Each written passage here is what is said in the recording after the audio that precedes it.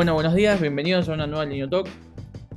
En esta ocasión vamos a estar hablando de Culture Map. Esta es una charla, bueno, que ahora Lucho nos va a contar, pero está basada en un libro muy interesante que si puedo se los voy a recomendar, que justamente habla sobre las diferencias culturales y cómo afectan las relaciones laborales y demás. Sobre todo en Leño, que somos una empresa que trabajamos con culturas como gente de Estados Unidos, también de India y demás. Parece que es vital que entendamos estas cosas y que nos van probablemente a ayudar y a mejorar las relaciones que tengamos con los equipos remotos que están dentro de los clientes y demás. Ahora Lucho nos va a contar mucho más, así que, Lucho, todo tuyo. Dale. Bueno, gracias, JC. Sí, la idea es un poquito contarles cómo fue, o sea, mi lectura de ese libro, las cosas que pude sacar y cómo las apliqué, digamos, o intento aplicarlas en el día a día eh, acá en Leño. Así que bueno, me presento rapidito.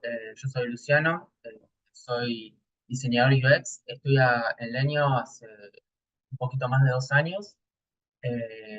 Hoy en día trabajo para un cliente que es de Estados Unidos. eh, y bueno, es un cliente que tiene como gente muy diversa de distintos países. Si bien está mayoritariamente basado en Estados Unidos, hay mucha gente que vive en Estados Unidos, pero tal vez emigró de la India o de China. Y bueno, incluso también hay equipos offshore que trabajan desde la India. Entonces se puede decir que sí, es un equipo de trabajo multicultural y diverso. Y bueno, la verdad que yo cuando arranqué a trabajar con este cliente, me di cuenta que había cosas como que tal vez no entendía por qué o que me frustraban. Después con el tiempo fui como, bueno, me fui dando cuenta que eran temas más que nada culturales. Y bueno, hasta que después me encontré con este libro que se llama The Culture Map. eh, y me sirvió bastante como para entender y por lo menos primero para entender lo que pasaba, después para bajar la frustración de alguna manera y lo mejor del libro es que también te da tips y consejos sobre cómo salvar esas barreras culturales. Así que si les parece, para arrancar y antes de empezar con el libro, me gustaría que si pueden escanear el QR que tienen acá, el que les va a llevar a Google Form y que respondan, o sea, cuáles son los mayores desafíos que ustedes encontraron a la hora de trabajar en equipos multiculturales. Así podemos ver entre todos o sea, cuáles son desafíos tenemos en común, cuáles no, a ver en qué coincidimos y en qué no. Así que yo ahora voy a buscar el form.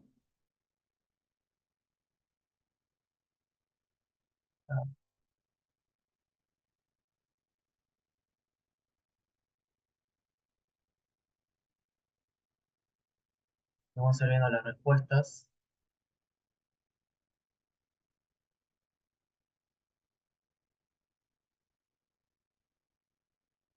Voy a poner de vuelta Sí, ahí no sé si todo el la mundo pantalla llegó a para que copiar, puedan estar explorando. por ahí podemos La pasar dejo el un link. ratito, Ahora lo comparto el link si querés por el el chat, link. así todo el Dale. mundo lo tiene.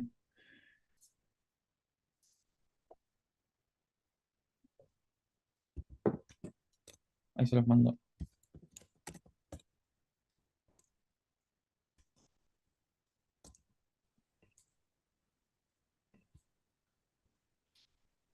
Ahí se los pegué en el chat para que lo puedan Pollo. acceder.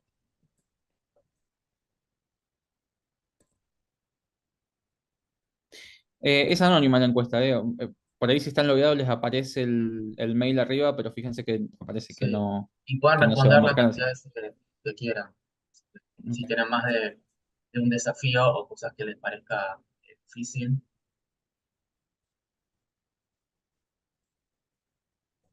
¿Qué es mejor que pongamos frases o que pongamos una palabra solamente? Una palabra, pero como ustedes quieran. Ok.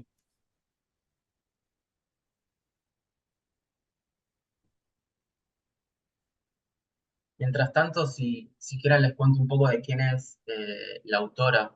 Eh, es una profesora que se llama Erin Meyer, que bueno, ella se dedica a todos estos temas, da clases en distintas universidades. y academias, y siempre trabajó con este tema de las diferencias culturales en el trabajo, y ella, por ejemplo, lo que hace es, no sé, les doy un ejemplo, hay una empresa de Francia que tal vez va a abrir una filial en, no sé, en China, por decir algo. Y entonces los CEOs se van a tener que mudar a China, ¿no? Para empezar a la filial ahí.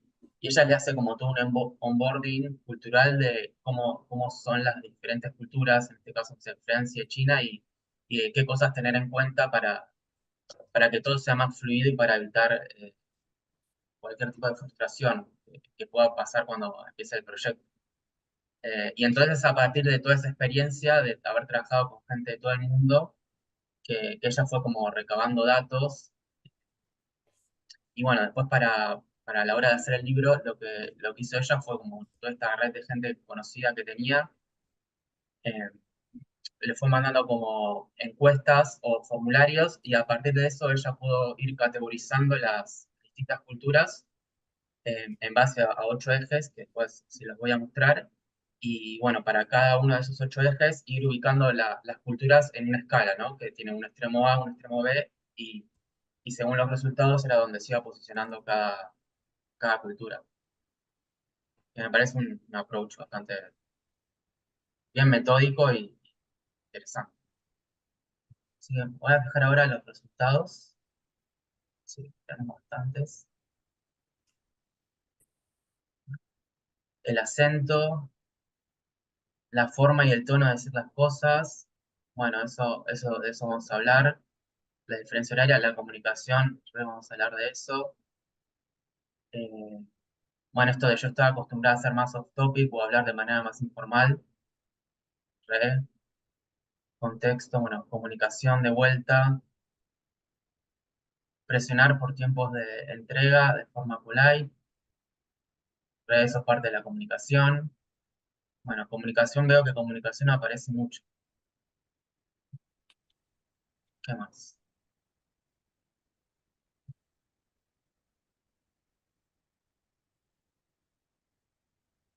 El CEO se molesta tanto que casi despide a todos luego de gritarles en una llamada. Wow. Para los demás era realmente una broma y no entendían su molestia por no.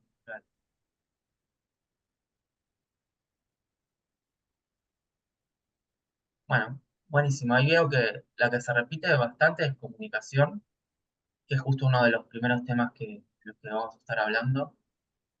Eh, Así que si les parece, ya podemos ir arrancando propiamente con el libro. Antes que nada, quería hacer algunas aclaraciones, en parte porque si bien el libro, la verdad que habla de casi todas las culturas o todos los países del mundo, a los fines de esta presentación, más que nada nos vamos a enfocar primero en América Latina, porque bueno, la mayoría de leños, los que estamos en leño, somos de países de América Latina, y en Estados Unidos, porque la mayoría de los clientes de leño son de Estados Unidos. Y después también vamos a estar hablando un poquito de Europa y de la India, más que nada, porque bueno, leño también tiene su pata en Europa y de la India, porque muchos de nuestros compañeros de trabajo, tal vez del cliente, están radicados o son de la India. Otra cosa antes de arrancar es que si bien no se menciona a todos los países de Latinoamérica en el libro, la verdad que los sí mencionados, que por lo general son Brasil, México, Argentina, bueno, a veces aparece Chile, a lo largo de las diferentes ejes tienen como un desempeño similar. Entonces, como que podemos decir que si bien hay matices entre los distintos países de Latinoamérica, más o menos se comportan como de manera parecida, y sobre todo si lo comparamos con culturas más distantes. Otra cosa que quería aclarar antes de arrancar es que un patrón de comportamiento de una cultura no implica que todos los individuos de esa cultura actúen de esa manera, sino que siempre está la personalidad y los rasgos propios de cada uno, ¿no? Eso siempre hay que tenerlo en cuenta. Y después también cuando se dice que una cultura es más o menos tal cosa, siempre hay que tener en cuenta que se los dice desde un lugar, desde una posición que es, bueno, desde nosotros y desde la cultura donde estamos parados. Eh, no es con ánimos de ofender a nadie. Así que bueno, si seguimos, ahí está. Bueno, como les decía, el libro lo escribió Eddie Meyer. Bueno, una cosa que les quería recordar es que, que lo subí a la biblioteca de Leño, está el PDF y el EPUB, si a alguien le interesa seguir leyendo sobre el tema. Y bueno, el libro se desenvuelve en 8 ejes temáticos, que son los 8 ejes de los que les voy a hablar hoy, que hice un resumen. Y los 8 ejes son comunicación, cómo dar feedback, cómo persuadir o convencer a personas de otra cultura de nuestras ideas, cómo se ejerce el liderazgo en las distintas culturas, cómo se da el proceso de toma de decisiones, cómo se construye confianza, que ahí viene un poco el tema del off topic, cómo se plantean desacuerdos y cómo se planifica el tiempo y las reuniones. Entonces, arrancando. En lo que es comunicación, yo les decía que la autora plantea como una escala con 2 extremos y a partir de eso va ordenando a las distintas culturas. Entonces, para lo que es el eje de comunicación, tenemos 2 extremos. Uno que serían los modelos de comunicación implícitos y otros los modelos de comunicación explícitos. Son como los extremos opuestos, ¿no? En los primeros tiene mucha relevancia lo que no se dice. Por eso lo que dice el autor es que es importante saber leer el aire, que esto es un concepto japonés, o saber leer entre líneas. Es decir, entender lo que no se dice o lo que se da por sobreentendido. Y en parte esto es así porque se trata de culturas ancestrales que tienen como una larga historia en común y costumbres compartidas, entonces no es necesario explicar todo.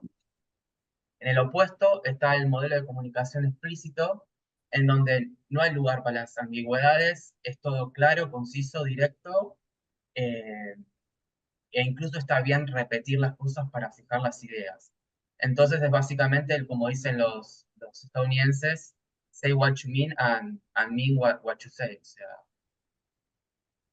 y en general es como, bueno, yo justo les solté ahí un poco una pista, se trata de culturas más jóvenes, donde la inmigración tuvo una especial importancia en la formación de la cultura nacional, y entonces no había lugar para ambigüedades, porque era gente que venía de distintos países, que tal vez no manejaba el idioma del país, y bueno, sí o sí había que ser claro y conciso. Y bueno, ustedes tal vez estarán pensando, bueno, en dónde se ubicará América Latina, en dónde estará Estados Unidos en esta escala. Y bueno, esto es lo que les voy a mostrar a continuación. Esta es la escala de las que le hablaba. Como ven, entre los países latinos, y ahí también se coló España, más o menos estamos de la mitad de la escala más para la parte de high context, es decir, donde tal vez nosotros damos cosas por sobreentendidas o no comunicamos todo. Y en el otro extremo, bien en la punta, está Estados Unidos como un modelo de comunicación donde todo es claro, conciso, simple y está totalmente ok repetir conceptos si eso ayuda a clarificar la comunicación. Eh, y bueno, esto es la verdad es algo en lo que yo me encontré en mi día a día en mi trabajo, porque tal vez me pasaba en reuniones donde, bueno, no sé, había que hacer un ajuste de un diseño, o, por ejemplo, y tal vez me lo decían eso al principio de la reunión, y después veía que me lo repetían de vuelta, y después al final, como a modo de cierre, me decían, bueno, ya hay que hacer esto, y yo no entendía por qué me repetían tanto las cosas. Y a veces en un punto sentía que, no sé, me estarán subestimando, como de que me tienen que decir las cosas como un chico, pero bueno, después la verdad que leyendo el libro, la verdad que pude entender de dónde venía esa dinámica de ser repetitivos. Es parte de su cultura y de la manera en que se construyó el país. Eh, Así que acá les dejé como, también esto es como una cita del libro que a mí me llamó la atención porque tal vez es algo que, como les decía, en países latinoamericanos como se da por sobreentendido, al momento de que te manden un mail, tal vez en Estados Unidos o en Inglaterra, la etiqueta es que si vos te mandan el mail pidiéndote algo y todavía no tenés esa respuesta, está bien, o sea, se espera que incluso le respondas ese mail, no dándole la respuesta, pero diciendo que a la brevedad te vas a comunicar con ellos. Mientras que, por ejemplo, a mí en trabajos anteriores, que eran equipos argentinos, yo si tal vez no tenía la respuesta, no respondía el mail. Porque ¿para qué le voy a responder un mail sin lo que ellos me pidieron, ¿no? pero bueno, son las distintas maneras de pensar de acuerdo a las distintas culturas. Y bueno, con todo esto en mente, ¿no? ¿Qué podemos hacer qué herramientas podemos tener para mejorar la comunicación? Bueno, para comunicarnos en culturas que son más explícitas que nosotros, como puede ser Estados Unidos, lo importante es ser lo más transparente, claro y específico posible, y no ocultar información. Al final de una reunión, bueno, recapitular todos los compromisos, que es como hacer una minuta, que puede ser formal con un mail, pero también puede ser una minuta verbal de hacer un chequeo de todos los puntos o de las cosas que se acordaron. Y bueno, y si no se está seguro de lo que se pidió o de la tarea que hay que hacer, no asumir ni leer entre líneas, sino que está bien preguntar, porque es como les decía, son culturas donde repetir las cosas está bien visto. O sea, nadie se va a molestar con eso, en términos generales, ¿no?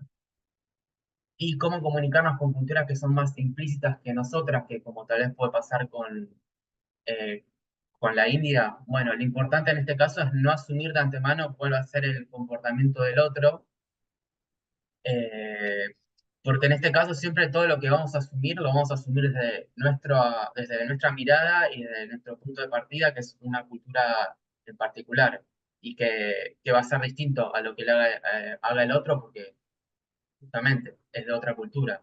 Entonces lo importante siempre es clarificar las cosas de antemano, y establecer compromisos a priori. Y, bueno, como le decía, no asumir las cosas.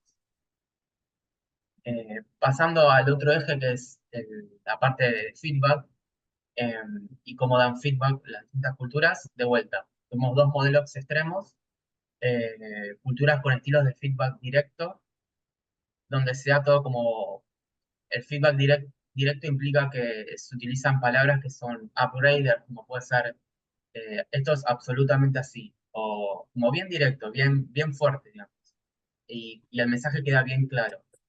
Y del mismo modo que es totalmente aceptable dar feedback en público o de manera grupal. Y por el otro lado tenemos culturas con estilos de feedback indirecto, donde siempre se intenta como matizar o dosificar el feedback negativo para reducir el impacto. Pero esto no quita que el feedback sea menos sólido o serio. Y bueno, y otro de los rasgos es que a diferencia del anterior es desaconsejable dar feedback en frente de otras personas, o sea, de manera pública. Acá, como podemos ver, países latinoamericanos, es bastante similar a tal vez cómo se desempeña Estados Unidos o incluso la India. Estamos más de la parte de la manera indirecta para dar feedback. Así que digamos que, bueno, acá dentro de todo no hay tantas diferencias. Hay algo que sí que quise resaltar del libro y que lo puse acá, es que es esto de que en Estados Unidos siempre se dan tres feedback positivos por cada negativo. Y siempre las sesiones de feedback empiezan con la parte buena o con palabras de agradecimiento hacia la persona. Y después aparece el feedback negativo. Pero eso no le quita valor o peso o seriedad al feedback negativo que te están dando. En ese sentido no hay que confiarse. Hay que escuchar las dos cosas, obviamente.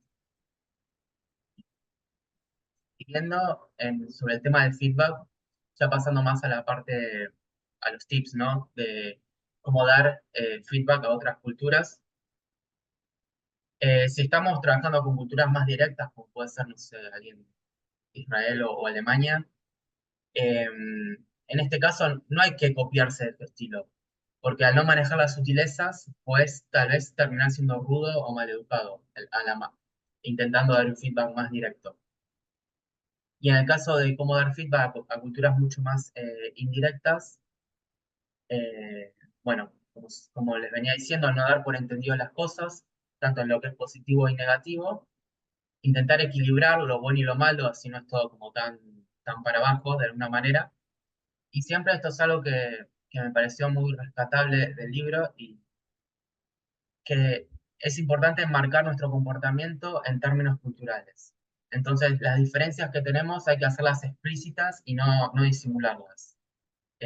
Siempre desde un lado positivo, ¿no? Intentar mostrar aprecio por la otra cultura, eh, reírnos de nosotros mismos, ser como indulgentes, porque al reconocer la diferencia cultural se puede comprender lo que pasa y a partir de ahí empezar a trabajar y, bueno, construir consensos para evitar malos entendidos. Y la autora tiene esta frase que es un dicho francés que me parece como bastante ilustrador, que es, cuando uno conoce la enfermedad, está a mitad curado. Entonces, cuando uno reconoce estas diferencias culturales, ya como la mitad del trabajo está hecho. Y a partir de ahí se puede construir o pensar qué estrategias podemos abordar para salvar esas diferencias, ¿no? Eh, Pasando al tercer eje, que es persuasión, y cuando la autora dice persuasión, más que nada es cómo convenzo al otro de una idea o de algo que le quiero vender, por ejemplo, ¿no? Y acá hay dos modelos de vuelta, un modelo más teórico y un modelo más práctico. Y estos modelos de teoría versus práctica o se aplican en la persuasión, pero incluso en distintos aspectos de la cultura de los países también se ve este enfoque. Como puede ser cómo se enseña o incluso cómo son los sistemas judiciales, ¿no? De vuelta, tenemos dos extremos, uno que es el extremo más práctico, de las culturas application first, o que serían del learning by doing, ¿no? Donde siempre se empieza por el cómo, antes por el por qué, y entonces a la hora de persuadir será necesario empezar por las conclusiones, las aplicaciones prácticas, y después tal vez hablar de cómo se llegó a esa conclusión. Y el modelo contrario de los países donde primero es la teoría y después se aplica a la práctica, donde predomina el por qué antes del cómo, y para persuadir siempre se empieza por, bueno, ¿por qué llegaste a este razonamiento? ¿Qué metodologías usaste para llegar a esta conclusión? Y una vez que se hace público eso, podemos empezar a discutir las conclusiones. Entonces, acá, como verán, hay una diferencia marcada entre lo que puede ser los países de Latinoamérica y, por ejemplo, Estados Unidos. Estados Unidos siendo como el ejemplo de los países más application first o más pragmáticos o prácticos, a diferencia de lo que puede pasar en Latinoamérica, donde siempre es como, bueno, vos querés que haga esto, ¿por qué tengo que hacer esto? O sea, dame las razones y a partir de eso yo voy a trabajar en lo que me estás diciendo. Eso puede chocar bastante con la manera de ser de una cultura como la americana, ¿no? Es un poco lo que quise poner acá en la cita del libro, ¿no? Una de las frustraciones más comunes entre los empleados, acá dice franceses, que como ven están como en el otro extremo de la escala, con Estados Unidos, pero en este caso también puedo aplicar tranquilamente para Argentina o algún país de Latinoamérica, es que el jefe de Estados Unidos le dice lo que tienen que hacer sin explicarles por qué tienen que hacerlo. Desde la perspectiva francesa o latinoamericana en este caso, esto puede parecer desmotivador, incluso irrespetuoso. Pero no es un tema de falta de respeto, sino es un tema de ellos cómo abordan las cosas. Porque el mindset es como yo hago las cosas y a partir de que las hago, las voy a ir las entiendo en el proceso, ¿no? A medida que las hago, aprendo. A diferencia de nuestro enfoque de que primero explícame por qué y después lo hago. Pero bueno, como ¿Sí? justamente son diferencias culturales, que no tienen nada que ver ¿Hola? con cosas personales, sí. ¿Alguien habló? Bueno, en línea con esto de cómo persuadir y convencer exitosamente. Tal vez esto es lo que más nos va a interesar a nosotros de cómo persuadir o convencer a culturas application first, pragmáticas, como puede ser Estados Unidos. Bueno, siempre empezar por las conclusiones o por un breve resumen de lo que se quiere transmitir. Sería como los action items. Y a continuación, dar un poco de contexto. Recordar siempre que shorter is sweeter, o sea, ir al grano, básicamente. Y el modelo para tal vez trabajar con culturas que son más teóricas, más principle first, que tal vez como desde Latinoamérica estas culturas serían, no sé, culturas europeas tienen más a seguir este modelo teórico, es siempre empezar por los parámetros, por el marco, por el contexto de lo que queremos comunicar. Es decir, siempre introducir los datos que sustentan nuestras conclusiones antes de presentar las conclusiones. Y si en el debate, en el fragor del debate aparecen contraargumentos, no hay que tomarlos como cosas personales, sino que es parte del debate y que justamente nos pueden servir como puntos de apoyo para fortalecer nuestra posición y reforzarla, ¿no? Y bueno, como dice un poco la frase acá abajo, la moraleja está clara. Si nos vamos a presentar con personas de Inglaterra o de Estados Unidos, es decir, culturas más anglosajonas, ir al grano y ceñirse a eso. Y después, franceses, españoles, alemanes, dedique más tiempo a establecer los parámetros y aplicar los antecedentes antes de sacar la conclusión.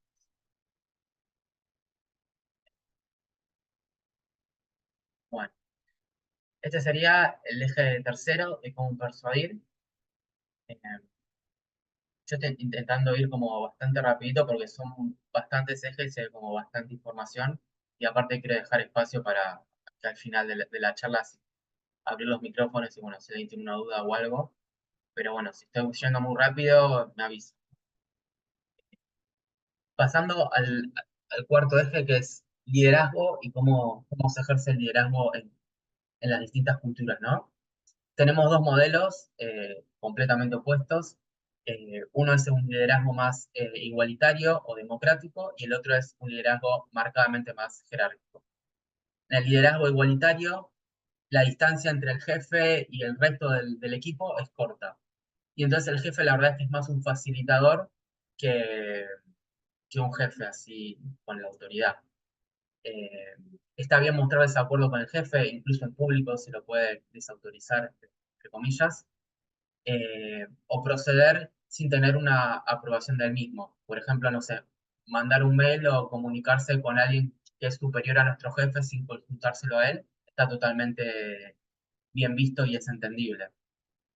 A diferencia de lo que pasa con las culturas más jerárquicas, donde sí hay una marcada verticalidad, el jefe tiene una autoridad y posición fuerte frente al resto del equipo. Está mal saltarse escalafones sin preguntarle antes al jefe. Y siempre el jefe es el que tiene la última palabra, ¿no? Sobre todo en público. Y es necesario esperar su ok antes de poder proceder a ejecutar una acción. Eh, en este caso, como ven, los países, bueno, acá hay más matices tal vez en lo que es Latinoamérica, porque hay como una distancia tal vez más marcada de lo que puede ser, por ejemplo, Brasil de Perú, pero en general estamos más del lado de la parte jerárquica y vertical de ejercicio de liderazgo. Estados Unidos en esta parte, en este lado está como en la parte más igualitaria. Pero acá sí, tal vez para destacar, lo que les puedo decir es que, por ejemplo, países como India sí tienen una jerarquía mucho más marcada que lo que puede ser Latinoamérica, ¿no? Y tal vez ahí es donde nosotros tenemos el mayor desafío. Entonces, teniendo estas escalas y estas diferencias en mente, ¿no? ¿Cómo podemos trabajar o culturas más jerárquicas, como les decía, como puede ser la India, sin frustrarnos, ¿no? En principio, lo importante es comunicarse siempre con la persona del mismo nivel eh, y pedir permiso explícito para saltarse de un nivel a otro. O lo que es importante, si le vamos a mandar un mail tal vez a un director o a alguien que es el manager o el jefe de nuestro jefe, en ese correo siempre tiene que estar copiado nuestro jefe, es una manera de mostrar respeto hacia él, ¿no? Y evitar malentendidos. Eh, Copiarlo en el mail o pedir permiso o avisarle, che, te voy a preguntar tal cosa, tal, ¿está todo bien? Bueno, de ahí se puede proceder. Bueno, después la autora mencionó un poco esto del apellido, tal vez aplica más a empresas o a contextos más formales. La verdad que siempre, bueno, donde yo me manejé hasta ahora con los clientes del año, siempre fue por nombre de pila eh, y no hubo ningún problema. Así que eso no es como, depende, ¿no? De cada empresa. ¿Y cómo hacer para trabajar con culturas más igualitarias, ¿no? Teniendo en cuenta, ¿no? Que tal vez Estados Unidos es un poco más igualitario que los países de Latinoamérica y que en el extremo de países igualitarios están los países escandinavos y los países anglosajones de Europa. Y en este caso está bien ir directamente a la fuente, perdón, a la fuente. Eh, no hace falta copiar al jefe en todo, es más, incluso puede ser hasta molesto para el jefe. Esto lo mencionaba la autora en el libro, como que puede ser hasta contraproducente. Uno tal vez quiere mostrar respeto, pero es como, por qué me manda tantos mails esta persona? O sea, no es necesario. Y bueno, y un poco lo que veníamos hablando del nombre de pila y del apellido, obviamente en culturas más igualitarias está totalmente bien visto llamar a las personas por su nombre de pila, ¿no? Eh, Pasando al quinto eje, este creo que es un eje que nos va a servir a todos bastante. Para mí fue bastante esclarecedor cuando lo leí en el libro, que es la parte de toma de decisiones y cómo son los procesos de toma de decisiones en, en cada cultura. Eh, una aclaración antes de arrancar acá es que no necesariamente liderazgo y tomas de decisiones van de la mano, porque pueden existir culturas donde conviven estilos de liderazgo igualitarios con tomas de decisiones que son de arriba hacia abajo o verticales. Entonces tenemos el primer modelo, que es el de modelo de toma de decisiones consensual, donde el proceso de toma de decisiones involucra a casi todo el equipo, o por lo menos a un alto número de participantes. El feedback es bienvenido, o sea, se pide que vos como miembro de ese equipo des feedback. De hecho, es raro que no lo des, o sea, todo lo contrario, si el feedback se espera, es pedido y es considerado. Y obviamente al involucrar tanta gente y al haber tanto feedback en el medio de las discusiones, son procesos que llevan mucho tiempo, que incluso pueden parecer interminables y tal vez por una persona que viene de otra cultura es medio frustrante porque sentís que nunca se acaba la discusión. Pero bueno, como aspecto positivo de estos modelos de toma de decisiones, cuando se llega a una decisión, como es una decisión consensuada entre todas las partes, eh, es una decisión que la autora llama como Big Decision, porque es una decisión en la que todos están de acuerdo y entonces no es necesario dar marcha atrás, ni cuestionarla, ni revisitarla. Y a partir de ahí la implementación es más rápida, ¿no? En el extremo opuesto están los modelos de toma de decisiones, bueno, top-down, dice la autora, que serían como de arriba hacia abajo, donde la decisión proviene de la autoridad, que puede ser un jefe o un grupo chiquito de jefes, y los resultados se comunican a los niveles más bajos. No se les pide tanto feedback, como que vos te enterás de lo que se va a hacer. Los tiempos de discusión son breves, y justamente como las decisiones las toma un grupo pequeño de personas, no necesariamente están escritas en piedra. Eso implica que son, como dice la autora, small Ds, pequeñas decisiones que pueden ir eh, cambiando en el transcurso de la implementación o en los siguientes meses o, bueno, o tiempo que tenga el proyecto, ¿no? Entonces, ven acá, bueno, de Latinoamérica solo aparece Brasil como representante y está, como pueden ver, bastante pegado a Estados Unidos. Pero la verdad es que yo leyendo el libro quería rescatar esta cita porque me vi muy reflejado.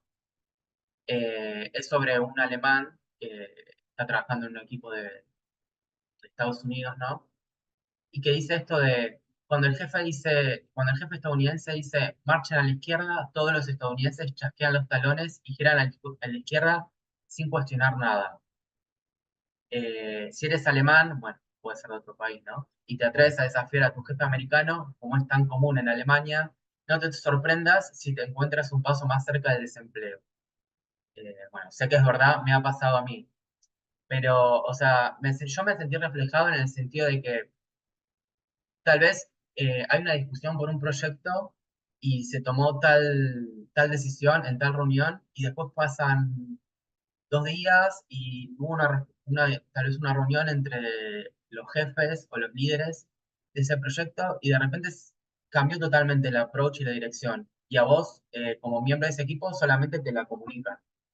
Eh, y en ese sentido esperan que, bueno, se comunicó esa decisión, vos como miembro del equipo tenés que seguir con eso, eh, con esa decisión, que tal vez para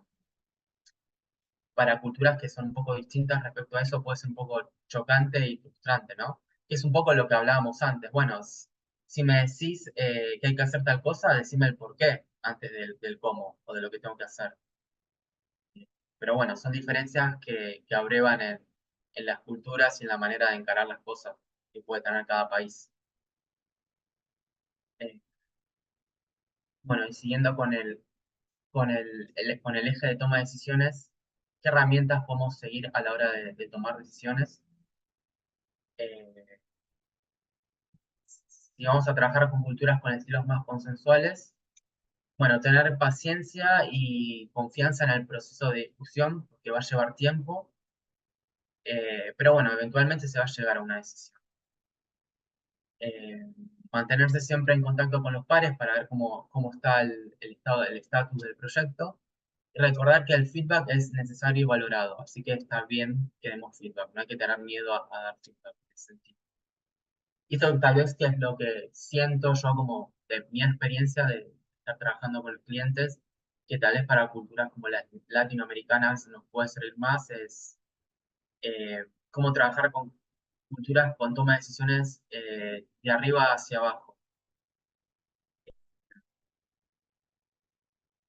En este caso, esperar que el jefe tome las decisiones con menos debate de lo que se está acostumbrado. Bueno, como les decía, la decisión puede tomarse antes, durante o después de una reunión, incluso en una reunión en la que no fuimos invitados. Eh, Tal vez parece más caótico este proceso porque hay mucho como back and forth, de que se va para atrás y para adelante, pero lo que dice el autor es que es posible que igualmente el proyecto tenga éxito, incluso si el plan inicial no era el mejor y en el transcurso se va cambiando estas small decisions que les mencionaba. Bueno, y esto es importante, se espera que todos los miembros sigan la decisión apoyada por la mayoría, aunque no estén de acuerdo. Y esto que tal vez parece como muy unilateral o es como, bueno, hay que aguantarse la decisión y seguir.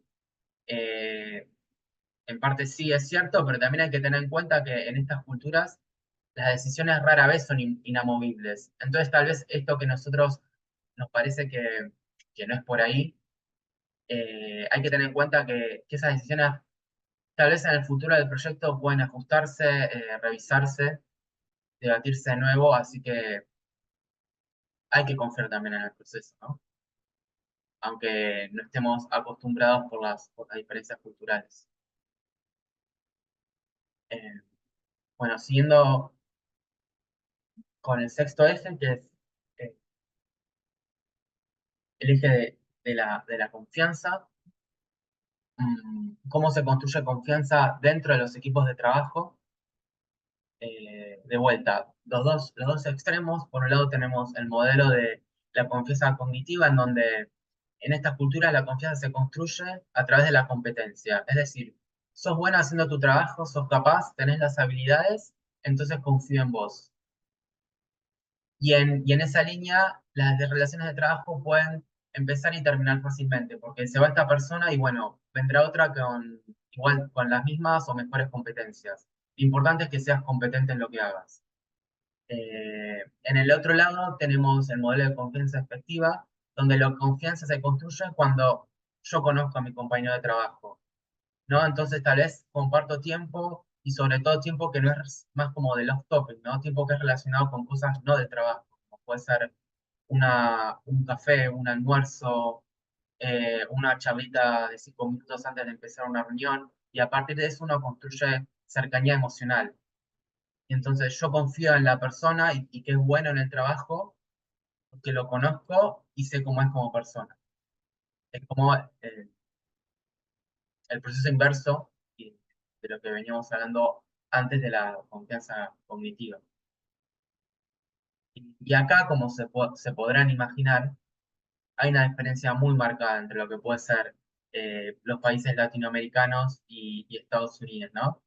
Estados Unidos está en el extremo de lo que sería task-based o confianza cognitiva, entonces sos bueno en lo que haces, tenés las capacidades, entonces confío en vos. Eh, Muy distinto a lo que puede ser Latinoamérica, ¿no? Donde siempre lo importante es, ¿no? Como el tiempo de off topic, de fuera de la charla de trabajo. Eh,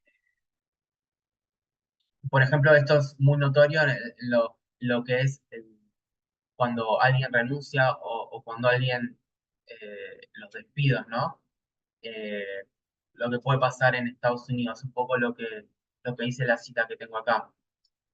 Claro, cuando alguien en un entorno de una empresa de Estados Unidos tal vez pierde el trabajo, al día siguiente todo sigue como en su normalidad. O sea, y eso es muy chocante tal vez para una persona de Latinoamérica.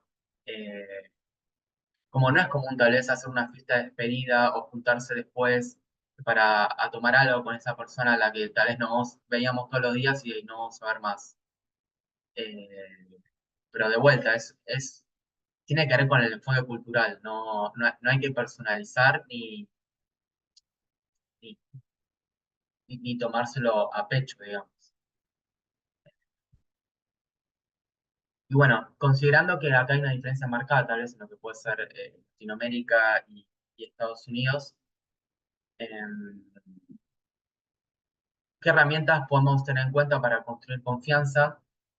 Y la verdad que estas que listé acá puedo pasar rapidito porque en realidad creo que aplican más tal vez a países con un enfoque más pragmático o basado en lo cognitivo. Yo siento que esto de establecer confianza, equilibrar la charla social y la de negocios, tal vez en modelos culturales como los de Latinoamérica, creo que se da hasta naturalmente por nuestra manera de ser.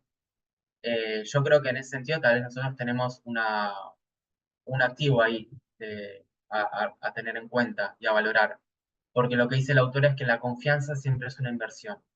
Entonces, construir confianza es como un seguro, dice ella, porque eso después te puede conseguir como lo que ella llama el perdón o la paciencia por lo que pueden ser errores culturales que podemos estar cometiendo, justamente porque hay confianza en el otro. Así que esto tal vez lo podemos pasar un poco más rapidito, ya que estamos como son y 50 y quiero también abrir el espacio a preguntas y a charlas, ¿no? Séptimo y anteúltimo eje, el desacuerdo y cómo comunicar y mostrar nuestro desacuerdo. Hay dos estilos, uno más confrontativo, donde se considera que el debate y confrontar es algo necesario y bien visto. Y hay una distancia entre la opinión que se emite y la persona que lo emite. Entonces, si yo cuestiono una idea, una posición, no estoy cuestionando a la persona. Y esa diferencia se entiende y es percibida. Entonces, las críticas no son tomadas personalmente, que es todo lo contrario de los modelos no confrontativos, donde es muy difícil separar la persona de la opinión emitida. Por lo que confrontar es como se evita todo el tiempo porque es una disrupción en el grupo, ¿no? Eh, Así que en lo que es este eje, el de desacuerdo, bueno, podemos ver que dentro de todo hay como bastante cercanía en lo que puede ser Estados Unidos, incluso la India, con los países latinoamericanos. Tal vez esto a ustedes. Bueno, a mí personalmente me llamó la atención porque como Latinoamérica en este lugar de la escala como de que evita la confrontación, si siempre tenemos fama como de decir lo que pensamos o de ser pasionales. Pero lo que hay que preguntarse acá es si nosotros desde nuestra cultura podemos separar la opinión de la persona que lo emite. Y si alguien está en desacuerdo con nuestra idea o nos contrae nuestra idea, cuán fácil nos resulta a nosotros separar esa crítica de nosotros mismos y de que sea o tomarlo como una ofensa personal. Y bueno, y ahí sí es que en lo que es Latinoamérica ese ejercicio es más complicado. es un poco lo que quería mostrar en este cuadro acá, que ser expresivo emocionalmente, como sí puede pasar con las culturas latinoamericanas, no implica que estemos cómodos a la hora de expresar abiertamente el desacuerdo. Justamente por esto de que, o sea, ser pasionales no es lo mismo que poder separar la crítica de la persona tan fácilmente, ¿no? Eh, bueno, ya pasando al siguiente eje, ¿no? Bueno, antes que nada, herramientas para manifestar el desacuerdo. Eh, bueno, acá el desafío es más que nada con las culturas más confrontativas, como puede ser tal vez algunas culturas europeas. Pero bueno, lo importante siempre es despersonalizar el desacuerdo. eh, y acá, de todas estas tips que listé acá, la verdad que yo con el que quiero quedarme, me pareció como el más rico, es esto de siempre marcar nuestro comportamiento, ¿no? Y si uno va a dar un feedback que puede ser fuerte o negativo, eh, como enmarcarlo desde qué lugar lo estamos haciendo e incluso siempre apelar a lo lúdico o al humor. Entonces, tal vez a la hora de dar un feedback que tenemos miedo que sea tomado como una afrenta personal, por ejemplo, siempre usar la estrategia de jugar al abogado del diablo. Y a partir de esa posición, eh, podemos mejorar la eficacia del mensaje, que no sea tomado personalmente, ¿no? Y bueno, pasando al último, que es de la planificación y gestión del tiempo. De vuelta, los dos modelos, un modelo de cultura donde el tiempo es algo tangible y concreto y en consecuencia es como algo más rígido. Eh, las reuniones siguen una agenda fijada y comunicada de antemano, por ejemplo, eh, y la programación del tiempo es su manera de ordenar la vida. Entonces las cosas empiezan en punto, digamos. Todo lo contrario a lo que puede ser un modelo de cultura que la autora llama policrónica, porque siempre hay mucha más flexibilidad, ya sea con los horarios, ya sea con las agendas de las reuniones, que tal vez hay una agenda pautada, pero después la reunión va por otra rama y está totalmente bien y entendible, que eso puede ser chocante para otras culturas, ¿no? Como se imaginarán, acá sí también hay una diferencia marcada entre lo que puede ser Latinoamérica y, bueno, y otros países como Estados Unidos. Eh, y en este sentido, lo que, lo que quería rescatar eh, sobre cómo trabajar en equipos multiculturales, eh, y esto la verdad es algo que aplica a este eje, pero la verdad que puede aplicar a todos. La importancia de construir acuerdos de antemano, ¿no? Siempre explicitar desde qué lugar nos paramos, desde qué cultura venimos, y a partir de eso establecer los propios patrones culturales de nuestro equipo. En lugar de permitir que cada uno o que cada miembro del grupo siga el método que más natural le queda de acuerdo al país de donde viene. O sea, si establecemos como culturas grupales o dinámicas específicas de nuestro grupo, va a ser más fácil lograr el compromiso de todas las personas de nuestro grupo a respetar esos patrones. Así que, bueno, son -5. Por suerte queda tiempo para, aunque sea un ratito, para abrir bueno, al chat a preguntas. Eh, Y si alguien quiere, Sí, obvio, desbloquearse y preguntar algo. excelente la charla, súper claro, Lucho. Sí, abramos el espacio de preguntas, a ver si alguien quiere desmutearse y preguntar algo. Bienvenido. Yo tengo una. Hola, Sí, ¿se me escucha? Sí. sí, sí, se Hola, escucha. hola. Sí, sí, Ah, sí. sorry. No, joya. Primero que nada, muy buena la top.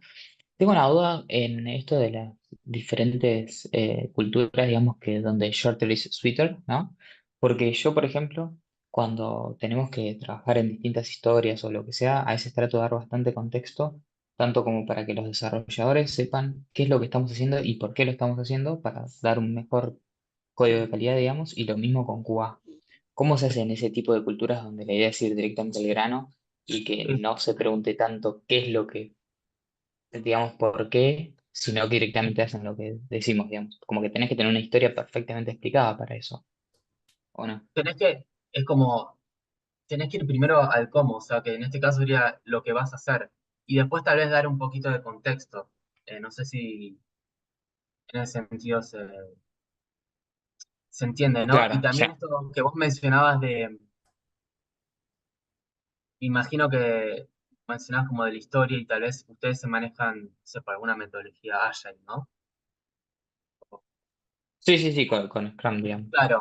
Bueno, ahí en ese caso, el ejemplo de las metodologías Agile es como, es un compromiso de su equipo de trabajo de que van a seguir esa metodología y que dentro de lo que es el grupo, ustedes construyeron un modelo cultural, que es ese. Y en ese sentido, por eso tal vez como que son tan buenas, ¿no? Porque este tipo de metodologías, porque es algo en la que todo el grupo está de acuerdo.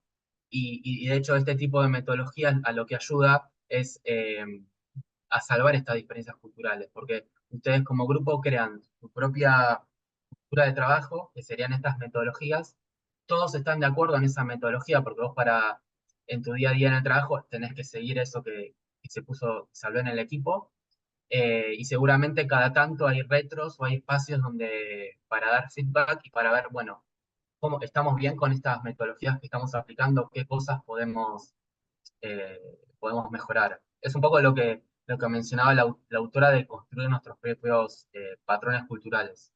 Las metodologías ágiles van por ese lado. Perfecto. Bien. Bueno, gracias.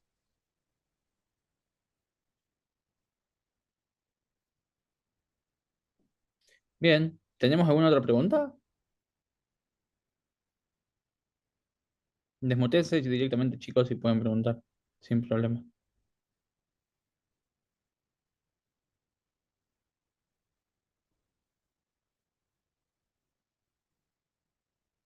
Bueno, eh, a mí me había resultado muy interesante la parte del alto contexto y bajo contexto, ¿no? Cómo Sí, está en el extremo el inglés, es súper interesante. Y yo también siempre me lo preguntaba eso de cuando empecé a laburar con PayPal en su momento, que por ahí exponían el tema de cuál era el issue que teníamos que hacer y después se explayaban en cada uno de los issues y después al final volvían a repetir, ¿no? Y como que repetían muchas veces lo mismo, tratando de dejarlo en claro. Y entiendo que es un tema de esto, ¿no? De que por ahí nosotros, capaz que en la comunicación entre argentinos, digamos, no está tan bueno repetir. Como que se vuelve un poco, como que te el aburrís blanco. si repetís Mm, mucho lo mismo, ¿no? sí, tal cual. Pero, sí, Pero en otras culturas es como que es totalmente esperable y de hecho como eh, se espera y se pide como, bueno, decime lo que en la presentación, decime de qué va a ser el tema. Después desarrollar el tema y en la conclusión volver a repetir lo que dijiste. Algo totalmente esperable. Sí, sí, sí, sí. Pero bueno, al principio es sorprendente, después te acostumbras, pero cuando lo Mm, ves así en esto de alto y bajo contexto, tiene todo el sentido del mundo, digamos. sí, sí, sí. En ese sentido es bastante. Tenemos como momentos de iluminación a medida que vas leyendo el libro. Sí. Bueno, estamos sobre la hora. De Sí, todos modos, sigamos conversando esto porque es un tema súper interesante. También por ahí, bueno, ya dejaste igual el libro. Si querés, Lucho, si tenés el sí, link por ahí, compartilo o directamente por ahí por Office, que es donde compartimos la charla. dale. O si no, después pasarlo por Softskills. Y si queremos seguir conversando de esto y tienen algún otro recurso que puedan compartir de algún lado, cualquiera de los participantes, bienvenido, porque bueno, todas estas cosas nos ayudan a elaborar mejor, ¿no? Y a poder comunicarnos mejor con los clientes y entre nosotros incluso. Así que muchas gracias por la charla y Y Nada. nada, si hay una secuela de esto, para seguir conversando de cómo aplicar estos tips, digamos, a las conversaciones con los clientes y de nuevo entre nosotros, estaría tremendo. Gracias de Bueno, nuevo. muchas gracias a ustedes por el espacio y espero que haya sido útil, que los haya que se hayan tenido ese momento de que, es por esto, como me pasó a mí mientras leía el libro.